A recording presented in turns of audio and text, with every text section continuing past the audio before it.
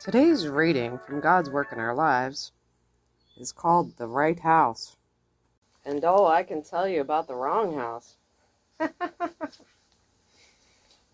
After my husband and I sold our Kentucky home and purchased a large pre-Civil War house in Ohio, we found ourselves with just 30 days to move.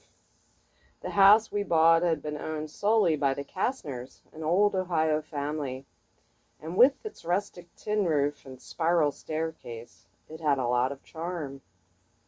But it needs so much work, I moaned, as Bud and I lay awake one night, wondering if we'd bitten off more than we could chew. The big day arrived. As the movers loaded the van, I spotted a framed print of the Lord's Prayer in beautiful script amid a box of pictures.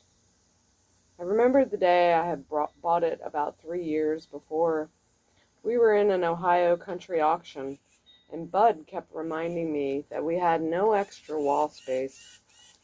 But I loved the prayer, and I was entranced with the antique oak and gold frame. Alas, as Bud predicted, it ended up in our attic. "Let me carry this with me on the truck," I said, lifting the 16 by 20-inch frame out of the box. It blocked my view through the truck window, yet holding it seemed to comfort me. Mentally, I repeated the words, "Our Father, thy will be done."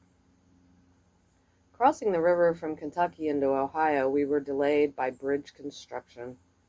As we waited, I fingered the tattered newspaper someone had taped to the back of the picture to protect it from dust, and began to read the news of January 4th, 1927.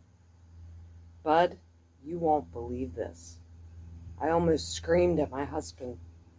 "It's an article about Miss Charlotte Kastner of 816 South 7th Street, Ironton. Why, that's the house we're moving into."